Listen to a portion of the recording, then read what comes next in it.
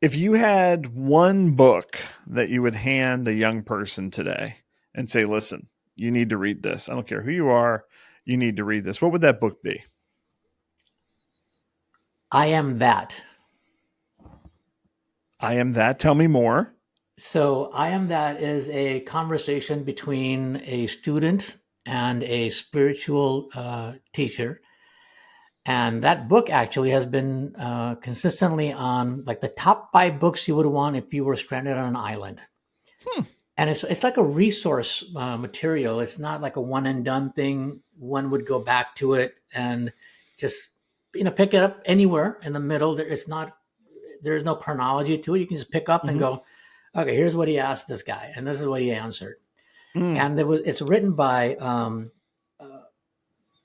so the spiritual leader is out of India, and it's written by his Jewish disciple who was working as a mailman in India. And I know it's just a weird Mm-hmm. story. And then he just would ask him these questions when he would come by to drop off the mail.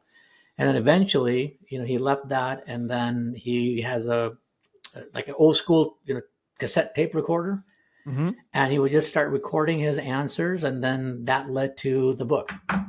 So this is essentially his account of his discussions with the spiritual leader. Exactly. Yeah. Oh, very cool. That sounds Yeah. very It was interesting. like in the 1980s. I mean, it's very recent, like 1980s. So it's not like, Simon, the yeah. 1980s were not recent, Come on. right? Like kids today will be like, "Oh, that's in the 1900s." That's true. It was last century. It was last century.